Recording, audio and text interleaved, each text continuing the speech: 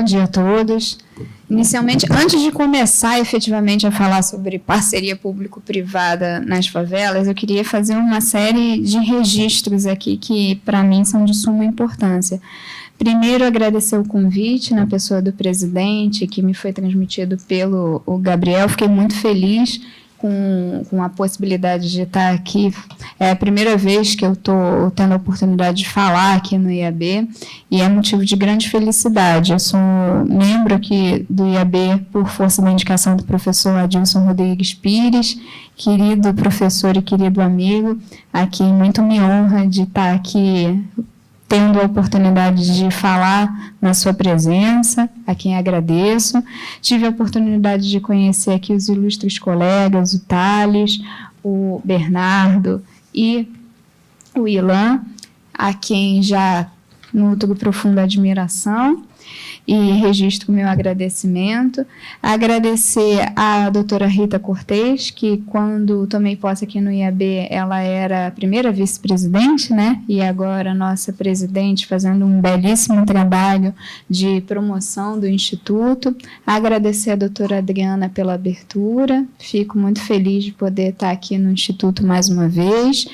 E queria fazer um registro agora, efetivamente, para poder dar início à exposição, que a escolha dessa palestra, como o doutor Thales deu um princípio de spoiler, né? Foi por força de uma nota que me é muito cara, que o professor Ricardo César Pereira Lira, que foi presidente aqui do IAB, não vou saber precisar agora o ano, e a primeira palestra dele aqui no IAB, na qualidade de presidente, foi sobre favelas. E foi algo altamente inusitado, né? Porque o professor Ricardo tem longo estudo já sobre esse tema e o Instituto, em geral, tinha temas que não eram tanto nessa vertente temática. Então, inaugurou uma abordagem que, com todo o carisma e com toda a capacidade de explanação e de conhecimento que o professor Ricardo lhe tem e que lhe é peculiar, é motivo de grande alegria poder estar trazendo de novo esse tema que continua, mesmo tendo transcorrido esse grande lapso temporal, continua sendo atual. O professor Ricardo, ele foi da minha banca examinadora já algumas vezes, foi quando eu pesquisei sobre o princípio da não remoção das favelas, orientada pelo desembargador Marco Aurélio Bezerra de Mello, que recebeu na semana passada ou retrasada uma medalha aqui no Instituto, né? Retrasada. E foi meu orientador e é uma pessoa que eu nutro a mais profunda admiração. Lançou o livro dele aqui sobre quilombolas. Também mostra a importância da temática da gente tratar os mais diversos aspectos da moradia aqui no Instituto. E depois o professor Ricardo e o desembargador Marco Aurélio Bezerra de Mello vieram a me avaliar na minha dissertação de mestrado sobre o tema de parceria público-privada para a infraestrutura de favelas, que é o que eu queria trazer algumas colocações aqui para os colegas e promover um espaço para debate, que eu acho que o nosso melhor desenvolvimento é sempre debatendo ideias, né? Primeira coisa que eu queria registrar era que, em relação ao que o Carlos Gabriel já adiantou aqui, em relação à necessidade do poder público interagir com o parceiro privado, a necessidade da gente ter uma administração pública dialogada. Então, em complemento ao tudo que o Carlos já falou, principalmente sobre o aspecto da concessão urbanística, primeira coisa que eu queria trazer para vocês. Hoje em dia, o direito administrativo, ele passa por uma nova fase, né? E quando a gente fala hoje em dia, a gente está falando dos anos 2010, 2000 e até 2000.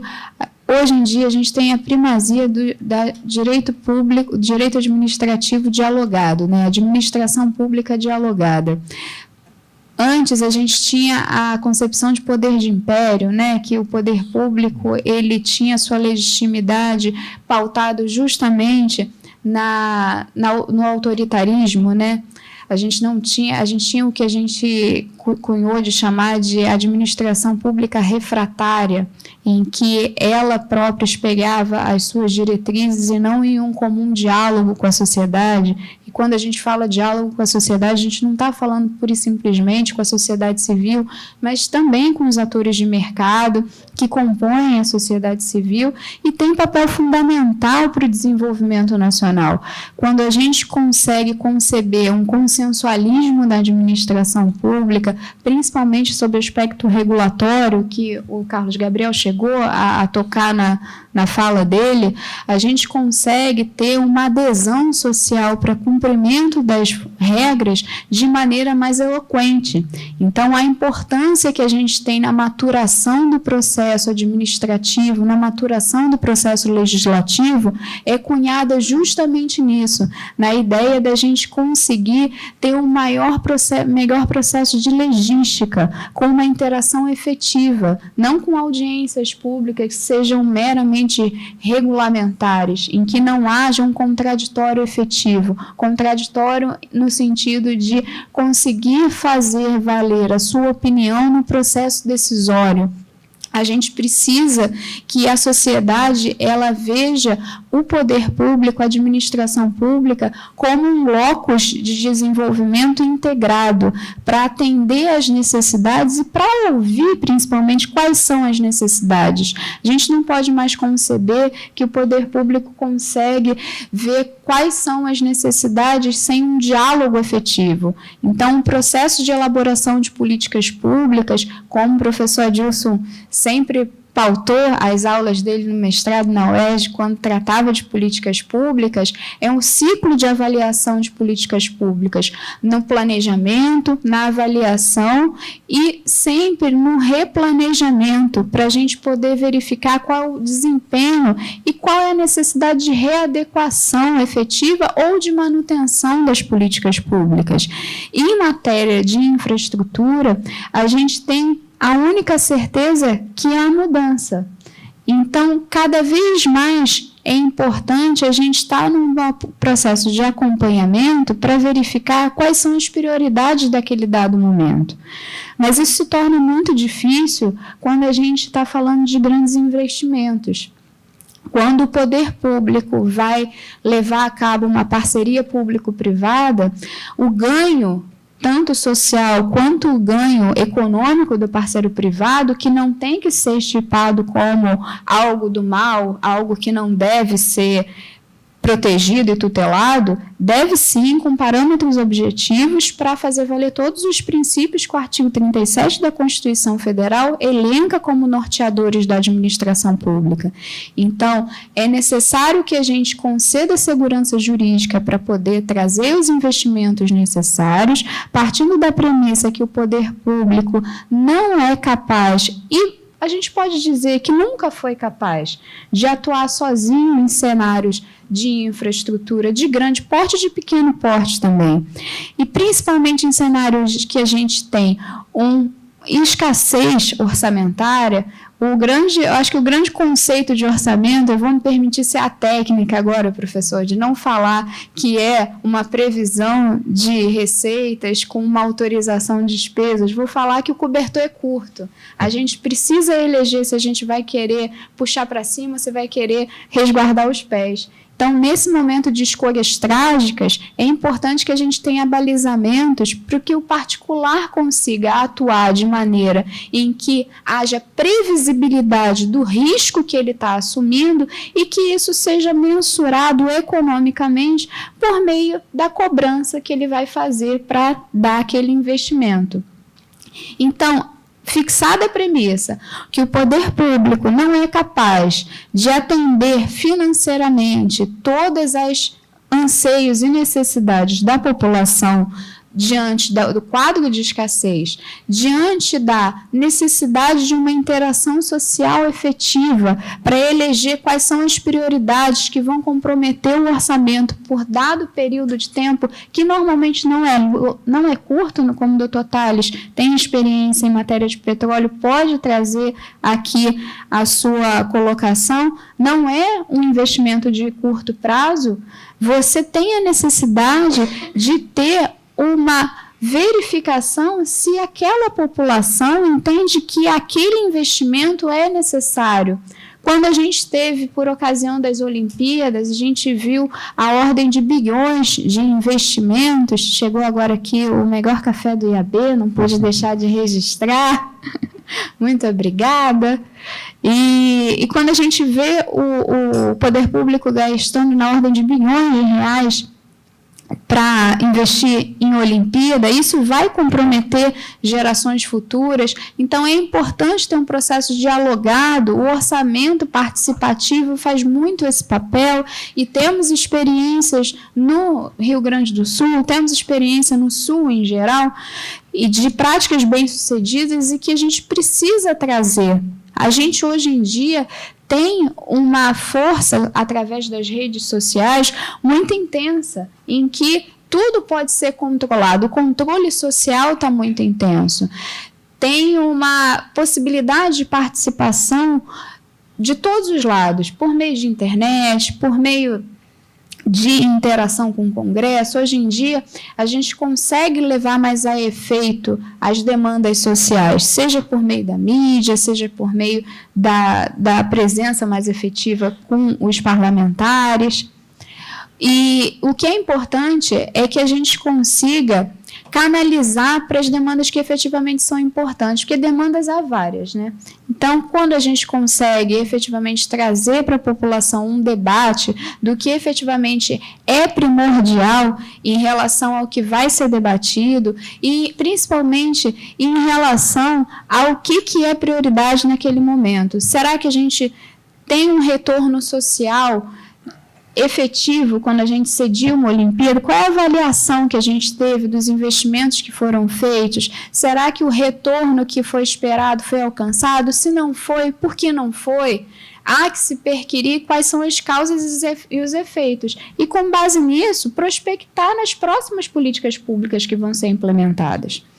E isso aí não é para a gente fazer caça às bruxas. A gente tem muita essa ideia, né? Quando a gente fala, vamos avaliar o governo anterior, não necessariamente é para você começar a fazer um caminho de punição, como o Carlos Gabriel trouxe aqui, a questão do compliance é um tema que me atrai muito, porque eu, sinceramente, não acredito mais numa administração pública puramente punitivista. A gente tem que interpretar o direito sancionador como a última ratio do direito administrativo. A gente precisa empreender meios que sejam efetivos para se conseguir atingir o interesse público, e aqui compreendido não só como o interesse da coletividade, mas também como é do interesse da coletividade implementar direitos fundamentais e respeitar os direitos fundamentais. Então, precisamos ter uma linha de raciocínio em que as pessoas consigam ter um desenvolvimento efetivo do que seria dado como primordial naquele dado momento. Em relação a, especificamente, a parceria público-privada, quando a gente começa a tratar em relação a como operacionalizar, né? Uma coisa que eu sempre ouvi muito e acredito que vou continuar ouvindo, você não está mercantilizando as pessoas que moram na favela, porque você vai colocar não como sujeito de direitos, mas como uma abertura de potencial de mercado.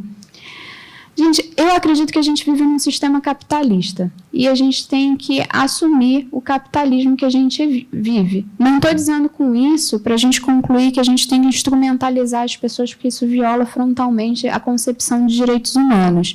Mas a gente precisa entender que o mercado privado ele tem conceitos próprios que devem ser norteados na atuação de sustentabilidade social e sustentabilidade ambiental, mas ele busca o lucro. e é legítimo que busque o lucro. Então, quando você fala para o parceiro privado que ali ele vai conseguir ter um mercado consumidor muito mais ampliado por meio de exploração de mercados consumidores, aí a gente tem várias formas de modelagem de parceria público-privada, em que a remuneração do particular ele pode se dar por performance, ele pode se dar por meio de um subsídio do poder público de longo prazo. A gente pode ter uma forma de exploração em que o particular ele fique com o monopólio daquela área para exploração comercial. E quando eu estou dizendo isso, alguns vão me negar assim, mas o que efetivamente a pessoa vai ter de contrapartida?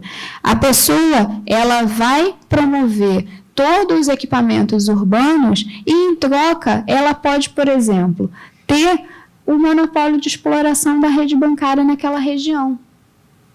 E para eles é extremamente salutar. A gente tem um dado concreto, e que vocês podem jogar na internet, se não estiverem acreditando em mim, o McDonald's que mais vende no Brasil é o McDonald's da Rocinha.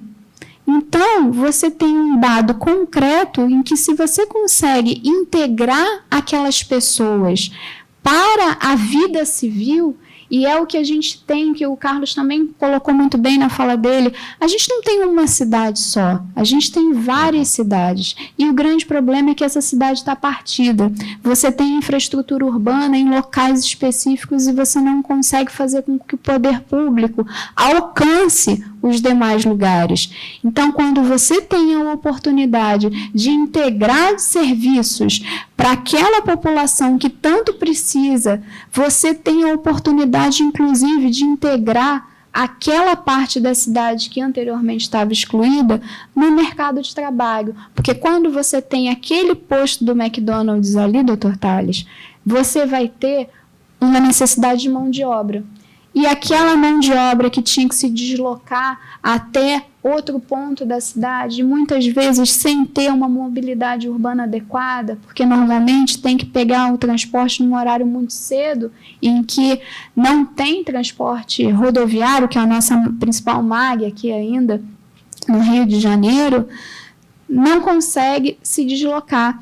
E fora isso, a gente tem um processo de afastamento das famílias, porque aquilo que nós estávamos conversando, né, o senhor estava falando, vou me permitir aqui dar o seu depoimento pessoal.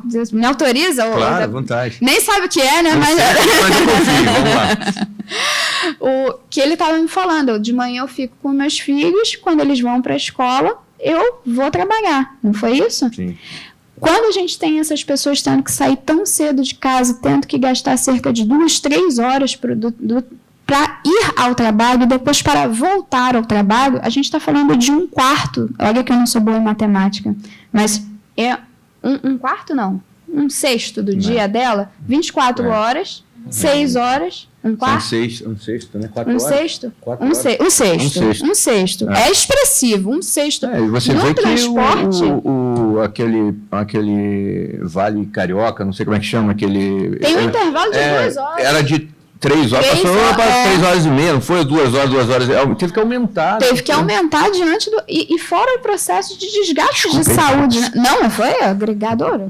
Ótimo. Estou usando o senhor de exemplo, então nada mais justo. Eu, como exemplo, me senti à vontade para participar do enredo. Legal se ele falasse, não pode não. Eu falar, então, alguém. Uma pessoa aleatória. Uma pessoa.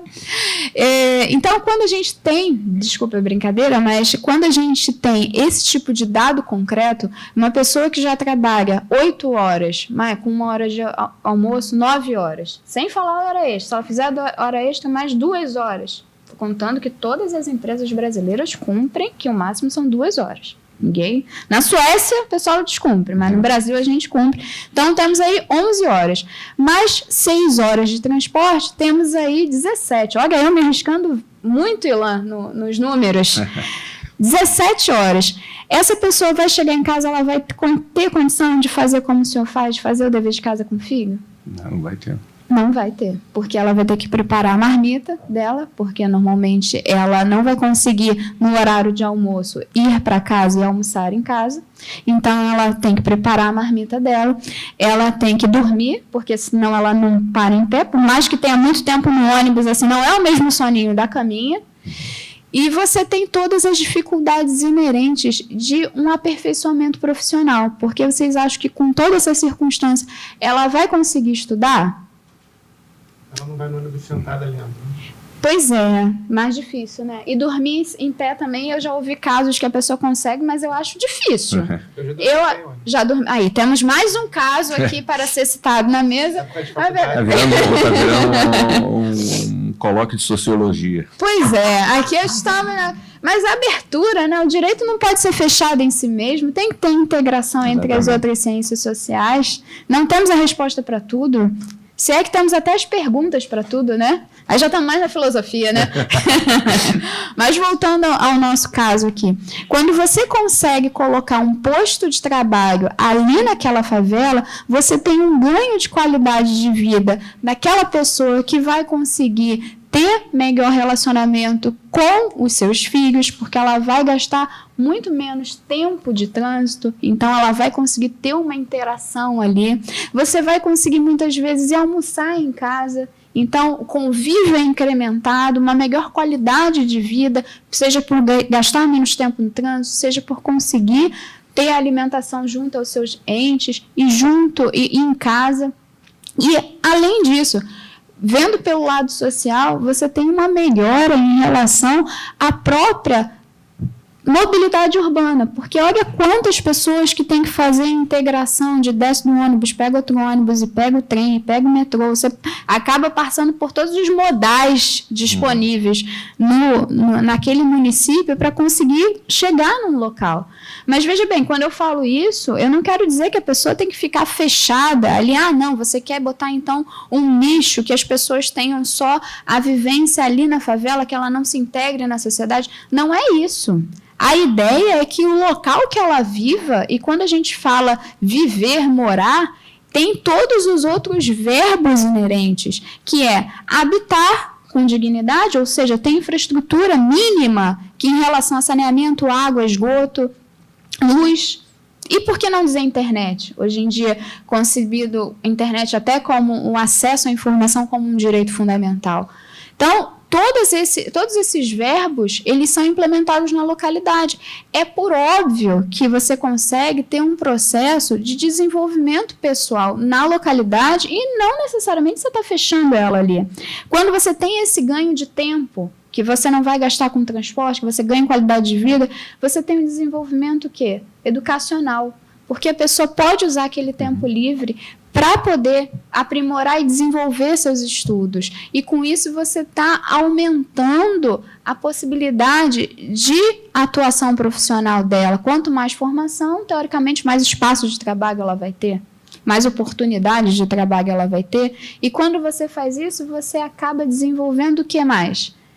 Novas escolas na localidade, porque você atrai aquele público. O grande tema hoje de direito público, me parece que é o tema de fomento, né? A necessidade de você fomentar a educação. Quando você tem a oportunidade de abertura de um público que tem interesse, se você conseguir dar isenções tributárias, né, professora Dilson, para aquela linha educacional, você vai conseguir mobilizar pessoas para melhorar sua qualificação profissional, abrindo novos nichos também daquela localidade.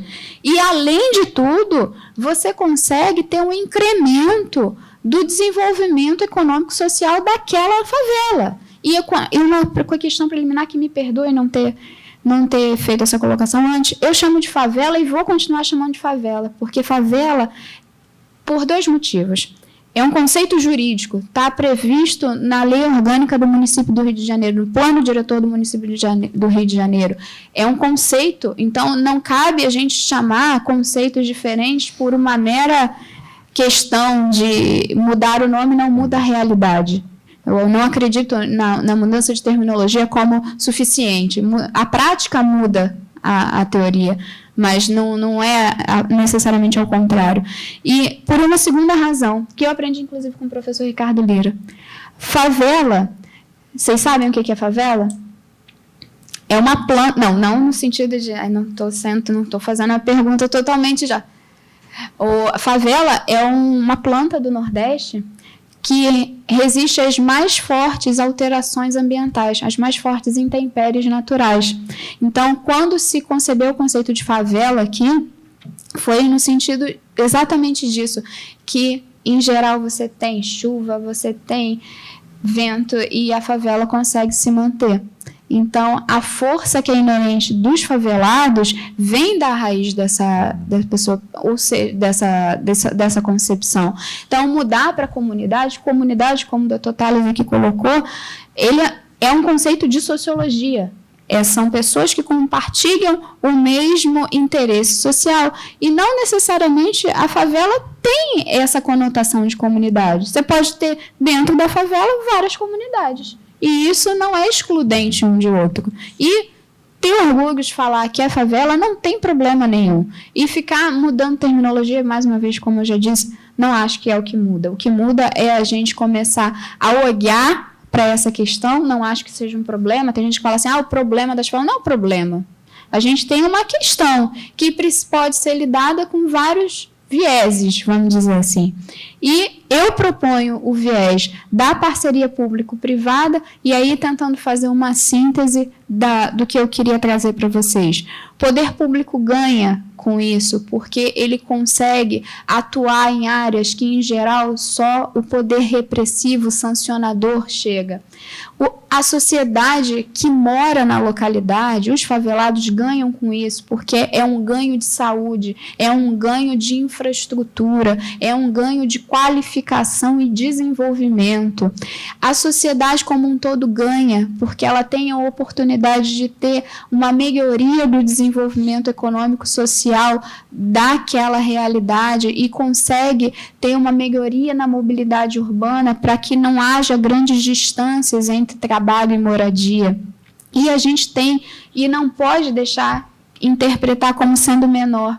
A gente tem o lucro do parceiro privado, porque se eu chegar para um cliente do Dr. Ilan falando se ele quer fazer uma PPP pura e simplesmente por uma questão social, dificilmente eu vou conseguir, né? Não.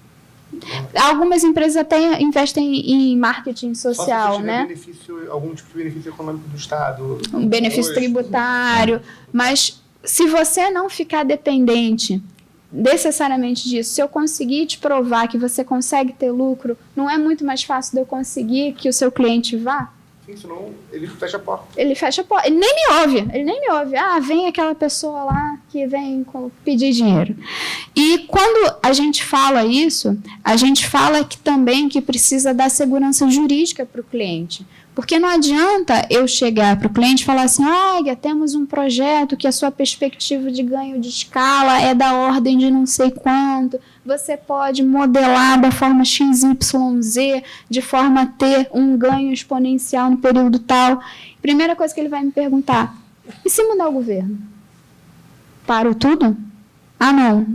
Não quero mais VLT, agora eu quero um teco-teco. Agora eu não quero mais o teco-teco. Mas eu investi.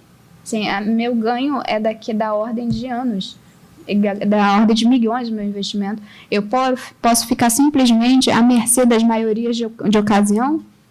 Eu tenho que tratar o tema como uma avaliação efetiva de quais são as prioridades, não só da atual geração, mas sim das próximas gerações. Por isso, a gente resgata aquela ideia da necessidade de ter audiências públicas, e audiências públicas não como mera formalidade, mas efetivamente com participação e com capacidade de influenciar no resultado, para que efetivamente a gente consiga garantir segurança jurídica para o parceiro privado, para que não aconteça isso que o Dr. Carlos falou em relação ao Porto Maravilha, em que há frustração das expectativas, mas tudo isso é mensurado. Como a gente falou, a única constância é a mudança na atualidade. Então, a imprevisibilidade, ela é mensurada, e quem vai arcar com esses custos de imprevisibilidade também é pré-determinado.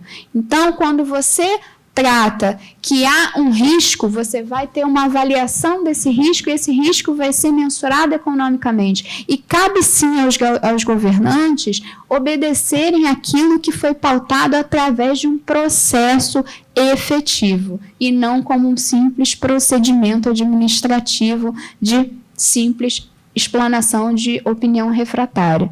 Então, minha mensagem para vocês aqui é: vamos valorizar a administração pública dialogada para permitir o desenvolvimento sob o prisma social, econômico e financeiro. Mais uma vez, muito obrigada a todos. Desculpa ter me alongado um pouco na fala e estou à disposição para a contribuição dos colegas.